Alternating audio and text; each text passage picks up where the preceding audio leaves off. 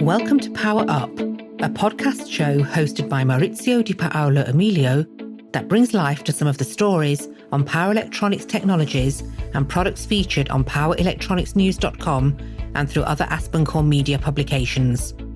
In this show, you'll hear both engineers and executives discuss news, challenges, and opportunities for power electronics in markets such as automotive, industrial, and consumer.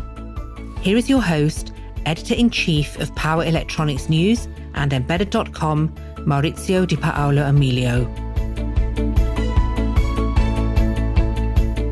Hello everyone and welcome to this new episode of PowerUp. Today we'll talk about electric vehicle batteries, driving innovation in EV batteries. Our guest is Donald Wright, Vice President of Engineering at Unico, a provider of advanced testing solutions for electric vehicle systems. Donald brings a wealth of expertise in EV battery development, testing, and certification. With Unico's technologies and recent strides in expanding their product portfolio, Donald will provide valuable insights into the rapidly evolving EV battery industry. In this episode, we will discuss different topics from battery swapping solutions to the role of testing in accelerating battery development and even touch on how industry trends like the shift back to hybrid vehicles and Tesla's recent layoffs could shape the future of electrification. Let's talk with Donald. Hi, Donald. Thanks a lot for coming on at the PowerUp podcast. How is it going?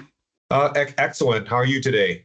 Thank you. I'm fine. Thanks a lot. Where are you located, Donald? Yeah, so right now I'm in Wisconsin, just south of Milwaukee. This is where the headquarters for Unico is, and we're getting a little bit of a winter storm today, so it's pretty exciting. But it's the first big snowstorm of the year, so we love the snow, and our daughter loves the snow, so we're excited for the snowstorm. Good, great. So as I mentioned at the beginning, Donald Wright is Vice President of Engineering at Unico. So to start, please introduce yourself, your company, give us a bit of your background, Donald. Yeah, great. Thank you very much again for the invitation.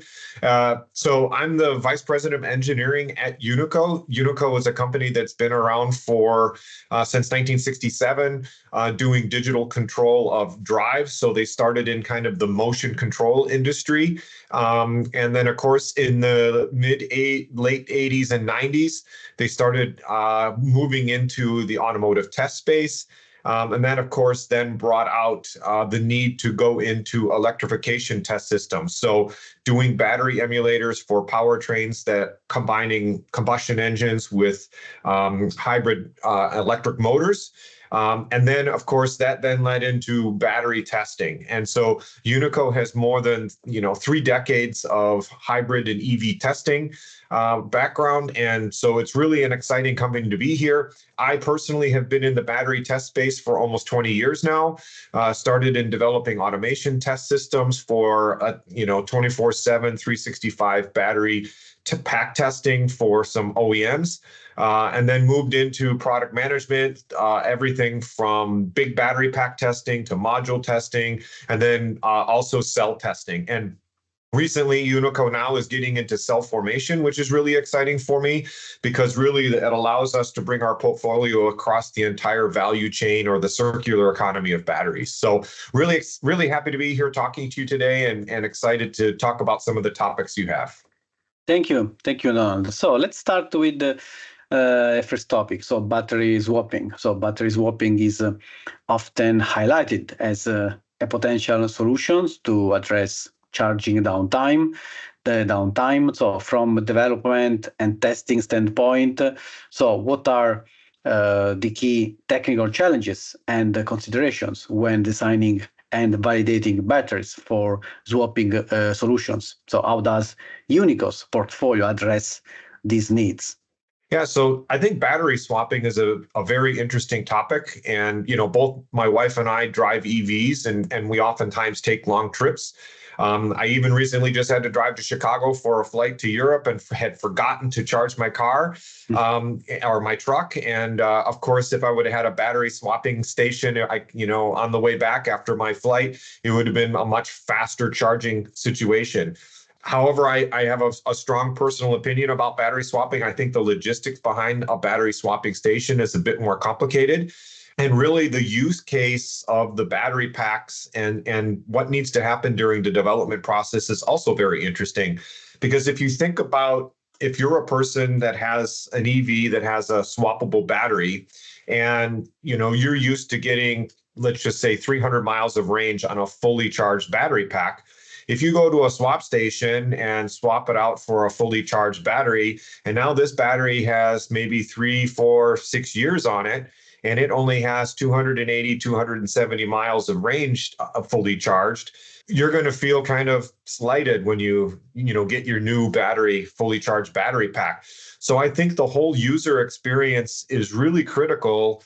And this goes back to the development. So I think what needs to happen in the development process of these, swappable batteries is they really need to understand what is the usable range of the battery over its entire life, and try to understand how are they going to show that to the drivers during the use. Because and maybe I've also read there's some different business models where, you can sign up for a premium battery swapping package and you always get like a battery that's less than 2 years old. Then there's a mid-range where you can have batteries that are anywhere from up to 3 to 5 years old. And you just have to accept that as a consumer. But I'm not 100% sure. I know this works in Asia, but I'm not 100% sure that U.S. customers would be acceptable to going in, getting a swap battery and then having a lower range. But the development of the BMS algorithms to determine what is the range at that point in time is as critical as it is in any BEV. And we, of course, I mentioned the snowstorm, in the cold weather. I just recently had some issues with my truck. And unfortunately, the dealer told me, well, EVs don't work well in the cold weather. So there's a lot of things that the automotive companies are doing right now in the development process for their batteries to try to understand how they react, especially in cold weather. How do we get more range in the cold weather or not let it be affected? How can we do the charging in cold weather? And I think this will also play into the fact if you have a swappable battery, you have to be able to properly tell the consumer how much range they really have in the battery when they swap it out. Well, let's talk about testing. So testing plays an important role in the battery development phase. So testing would play an important role in each market, I guess. So yes. Can you walk us through the current testing and certification processes for EV batteries? What about Unico BAT300 series? So how does this solution streamline processes for cell formation, aging, and end-of-life activities, particularly in R&D and manufacturing settings? Okay. So like I mentioned earlier, it's really exciting because Unico now is getting into the entire circular economy. So with our formation equipment, not only are we doing the formation process, so as you can imagine, the battery cells are manufactured, and then there's an initial charge process that puts initial energy into the cells, and this is called, the formation process. And what we can do at the end of that process is also test the battery cells, the capacity of those battery cells, to make sure that the manufacturing process was done correctly. So this is kind of an end-of-line test that we can do on the cells, and here we have equipment that can do that. Then, of course, once you do have some cells and they go into an R&D lab for a tier 1 or an OEM, they want to take those cells and put them in a controlled climate. So they have a climate chamber. So it's basically like a big refrigerator or an oven. They can control the temperatures, high temperatures, low temperatures. And what they do is they run cycles on those cells at those different temperatures. And this is to determine the life of that cell. So as the cells age, their inner resistance goes up. They lose capacity in the cells, and the user of those cells, the OEM, needs to understand what is that life of that battery cell 5 years, 10 years, 15 years down the road. And they do lots of different tests to try to determine what that life profile looks like as fast as possible. In the past, a typical program lasted anywhere from 3 to 5 years to determine the life of the cell. But as you can imagine, if you're trying to develop a battery pack, that's really a long time to test cells. And so there's a lot of advanced technology going into the test equipment these days in order to try to determine the characteristics of those cells as fast as possible. And we can enable that with our BAT 100, which is a series of battery cell cyclers for the lab, the BAT 300 or the BAT 350. So these are the formation channels and the durability channels that we offer. So we offer a complete portfolio of cell testing and cell formation channels to try to help the tier ones and the OEMs do this characteristics that they can then build the model for their BMS.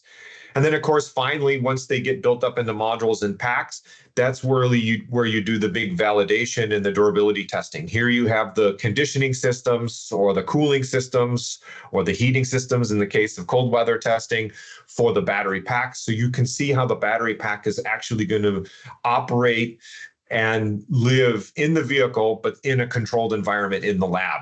And so we provide, the large battery pack test systems. We've supplied some very big battery pack test systems up to, several megawatts for the off-highway and in the construction and mining areas. And they run the same sort of validation tests that the OEMs for EVs do. So, basically you do a capacity test, you run a bunch of cycles on it, and then you look at the capacity again of the battery pack and see how well it's correlating to the cell tests that you did previously with the cell testers. And then there are a bunch of standard tests, salt bath tests, a bunch of tests that you need to do in order to certify the battery pack for the DOT. And our equipment can be used for that as well. Typically, our system integrator partners put their automation system on top to gather all the data, to give all the required reports out of the tests in order to be able to certify the batteries. So one thing, so a major consideration for EV adoption is understanding how long a battery lasts and assessing its value at the end of its first life. So yes. What factors are there behind? So is calculating the residual value of a battery as straightforward as it sounds? So what factors complicate this assessment? Yeah, so there's a lot of factors that make it complicated. And we see a lot of companies now that are building in algorithms into their BMS and making, let's say, the life of the battery have a record inside of the BMS. And the idea here is that you can record how many times maybe it was fast charged, maybe how many times it was fast charged when it was cold, which can be problematic for some batteries. All of these things can lead to what is the residual value of the battery pack at the end of its first life. We can also use, Unico test equipment, and we've discussed with the customer they want to build a station using one of our power channels to run a capacity test on the battery. So basically, whether you have a nickel NMC cell, whether you have an LFP cell, they have a typical profile. And it's hard to determine the state of charge in that middle section where it's pretty flat. But the knee points on those at the low side of voltage and at the high side of the voltage are pretty easy to detect. And so what we can do is take a battery pack, charge it up until we see that knee inflection point, the voltage start rising more rapid than previously. We can say, hey, this is close to 100% state of charge. And then we can discharge it until we see the knee point on the other side where the voltage drops off. And we can determine how much capacity is in that battery pack. And if it's a 100 kilowatt hour battery pack brand new, and now it's only got 80 kilowatt hours, we can say, okay, it has approximately 80% of its life left. And then that customer wants to then take those battery packs if they have, I think their number was like 73%. That's what they calculated was the value. If it's better than 73% state of health, they want to reuse it in an energy storage system. If it's worse than 73%, then what we do is discharge that battery pack down to 0 volts. We short circuit the battery pack, and now it then goes off to a recycling center where they can then shred the battery pack and recapture all of the material in that battery for its next life. So what I see from the market and interest for hybrid vehicles, so an increasing interest. So from your perspective, so what could this shift mean for battery and powertrain developers? So we are going to new testing protocols or changes in development priorities. Yeah, I get this question a lot. Both my wife and I are kind of EV Kool-Aid drinkers. So everybody's like, "Oh, are you upset about that? Everybody's shifting to hybrid." And having had driven long distances with our EVs, there's been a few times where we said, "Oh, it would be really nice if we had a hybrid right now." But I think it's still really exciting because a lot of the technology that was developed, for battery electric vehicles and some of the technologies that we're seeing, the higher voltages getting up to 800 volt batteries, which drastically reduces the size of the cables inside of the vehicles. This is now moving into the hybrid, right? So now we can have, e-axles that have been developed for battery electric vehicles as part of the hybrid powertrain. We can take a diesel engine and make it a generator and then have that generator supplying battery packs, which are then supplying the e-axle, the energy, and that diesel engine could be, or gas engine can be running at its most optimal efficiency and least amount of pollution to really make the hybrid even cleaner than it was before. And the battery pack, of course, all of the technology that we've developed for battery electric vehicles can now be applied to hybrids. We can make the batteries smaller, safer, more cost effective. And so I think that this trend to move to hybrid will just continue the development of batteries. And then I think once people start having a different mindset about battery electric vehicles and really realize that for an everyday use, a battery electric vehicle is so convenient, so easy to use, I think the trend will then be to go back to BEV, and then all the developments now that we would see for hybrid can easily be applied again to the next generation battery electric vehicles. So there's still tons of development going on. It's still really exciting, and we're not losing anything with this kind of shift back to hybrid here in the States. So with the rapid rise of gigafactories, so what are, from your perspective, the key testing and validation requirements to high-scale battery manufacturing, so unique values in this regard? Yeah, so it's actually very exciting because obviously they're called gigafactories because they're big, right? And if you really look at some of the fleet programs that a lot of the OEMs have, if they really want to transition most of their fleets over to electric vehicles by 2035, for example, they need several gigafactories in order to reduce the number of battery cells that they would need to have in order to make all the battery packs. And of course, the time it takes to make the battery cells in the gigafactory is why they're so big, right? If it takes 20 days to do the entire process of the manufacturing process, the formation process, and then all the way to the end before you have a ready cell, if you can reduce that time down, you can then get more throughput out of each gigafactory. And there's some methodologies now that are being investigated, and we're supplying some pilot equipment to an OEM that is really looking at some methods where they're using high current pulses in order to speed up the rest time. So typically when you would do the initial charge on a cell, there's a period of time where the open circuit voltage of the cell needs to stabilize before you would move it to the next step. And this can be a day or two, depending on the cell chemistry. And some of the research is saying, hey, if we can do a pulse formation at the end of this initial charge, we can reduce that day or two, maybe down to a couple of hours or less. Then you can drastically reduce the amount of time it takes to do the formation process, which will then speed up the throughput in the gigafactory. So, trying to achieve more or get more throughput out of your gigafactories, maybe you can take it from 10 gigafactories down to 8 or 7, get the same amount of cells that you would have. And this is a tremendous cost savings to the OEM. So it's really exciting to work on these new technologies. And that's why I'm really happy that Unico is doing this. Thank you. So we have seen different topics today, from battery swapping, testing, and so on. So in conclusion, my last question is about looking in terms of industry. So the EV battery industry is rapidly evolving, and with that it comes the development of standards, we need also this one. How critical are these standards to fostering innovation, interoperability, so in the industry? So where do you see gaps that need to be addressed, solved? Yeah, I think it's a very challenging topic when you talk about standards and fostering innovation, for example, because you need to have standards that we can all live by, that we make sure we are making safe batteries, that we're all, characterizing them the same way, that, an efficiency rating on one battery is measured the same as on another. So I think standards are very important because that's how we're all judged, and that's how we can have a safe product for the end customer. However, you can't make standards so strict that you kind of inhibit innovation, right? You need to be able to let people innovate, bring new battery technologies out. You need to make it so that you can adapt those standards. For example, if you look at how we've gone from the low voltage directive being maybe 65 volts, and now maybe it's up to 100 volts, because the battery voltages are getting higher and higher. We need to understand where is the safe limit, where should we, stop some of the voltage levels from going up.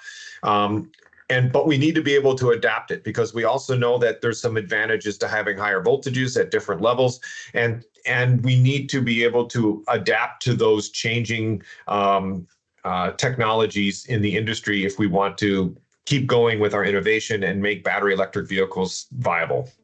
Thank you, Donald. Thanks a lot for joining us at PowerUp Podcast. I wish you a great day, and keep in touch. Thank you. Yeah, thank you very much. It was a pleasure talking with you. That brings us to the end of this episode. Stay tuned for more news and technical aspects about power electronics.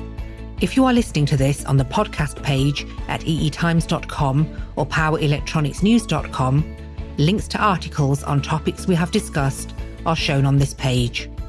Power Up is brought to you by Aspen Core Media. The host is Maurizio Di Paolo Emilio, and the producer is James Eade.